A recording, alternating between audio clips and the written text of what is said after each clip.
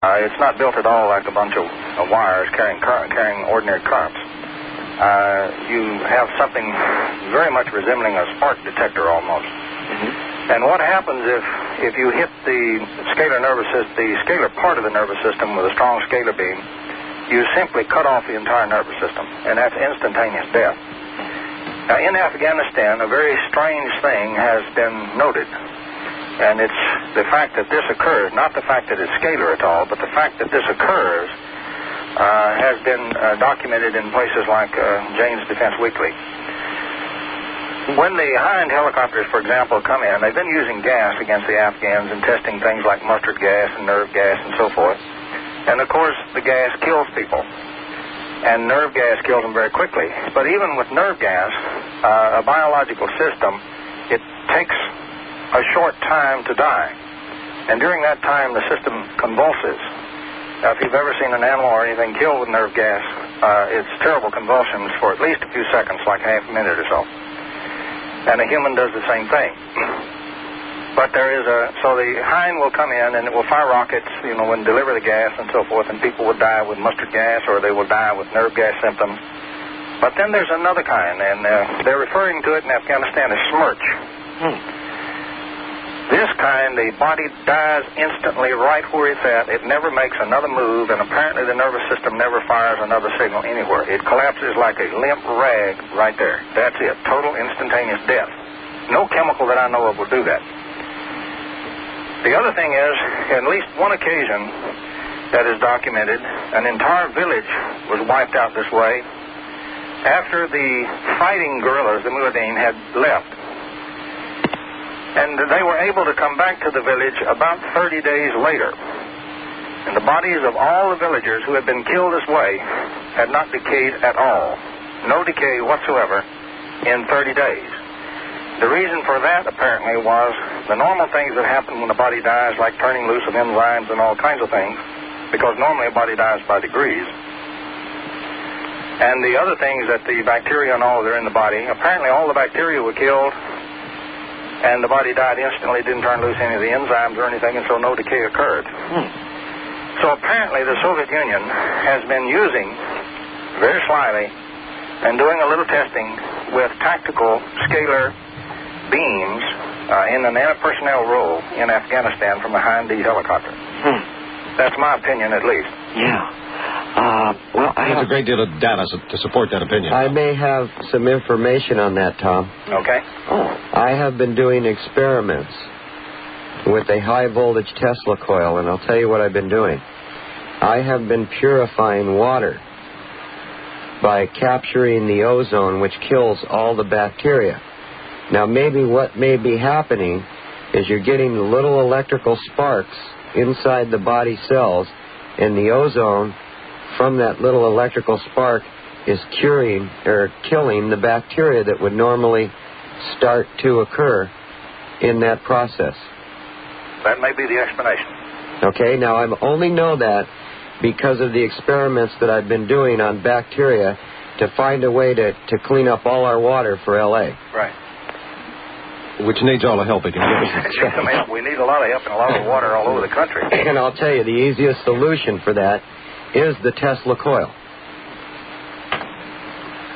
But it's not chemicals, and so therefore the bureaucrats will not buy it. It doesn't have anything to do with chemicals, and there's a very unique way to do that, and that's produce the high voltage and suck the ozone from that high voltage and bubble it through the water.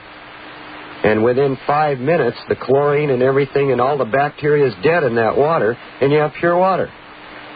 Well, we need to do something, because the primary way we purify water with chlorine is diabolical. The intake of chlorine into the body when we drink water is not good for you at all. It's been at least implicated in heart disease. And it's even to the point now where they're warning you about taking showers, because when you beat the water on something like you do when you're taking a shower, well, you free more chlorine and you breathe it in. You get it direct in the lungs, you get it direct in your bloodstream. So it's sort of between a rock and a hard place. We use the chlorine so that the water doesn't make us sick, and yet over a long period of years, the chlorine can contribute to disease and decay. Well, we don't allow any in our house. The chlorine is all gone. It's a pretty bad situation, though, Bill, when you start to get a system like that supplies L.A., and you can't even put fish in the water because they just die and float upside down. And we're supposed to drink that. Well, and all the people that have had problems because of the ammonia.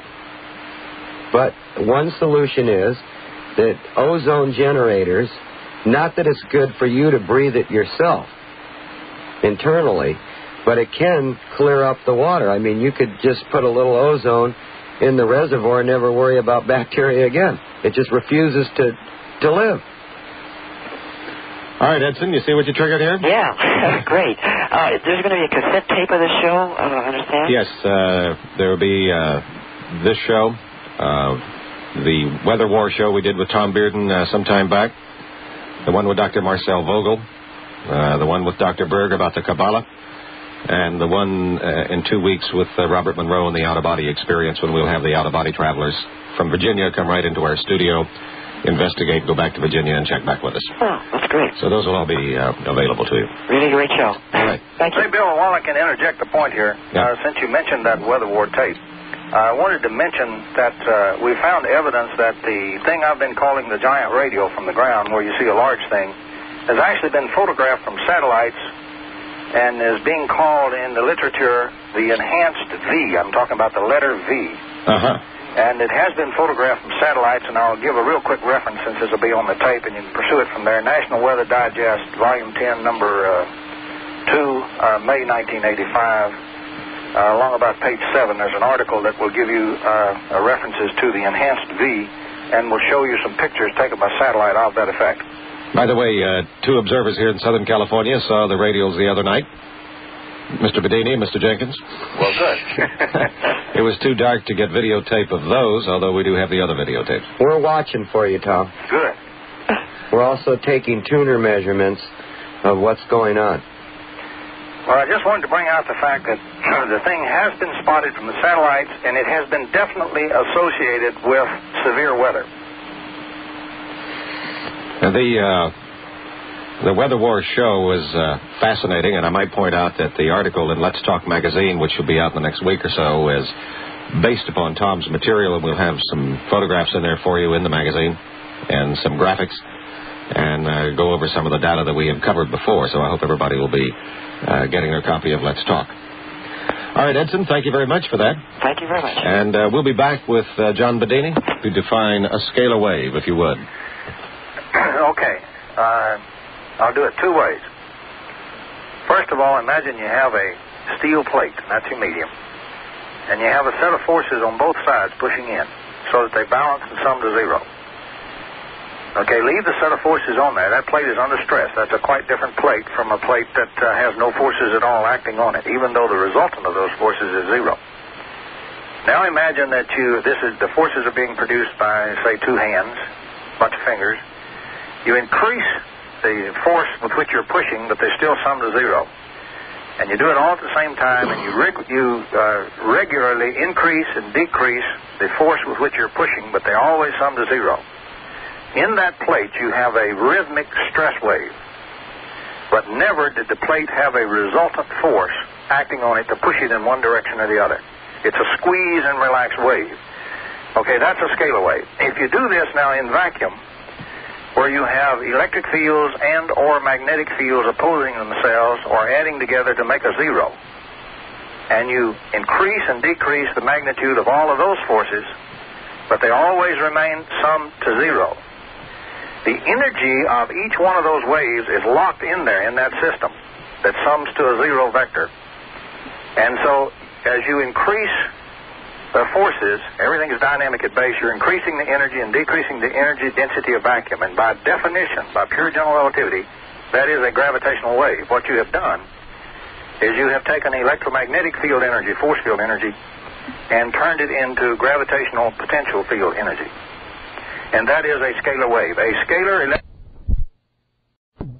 and magnetic fields of a bunch of components sum to 0, but they're still in that 0, still there and still acting, and rhythmically varying. And you are creating a stress wave in space-time.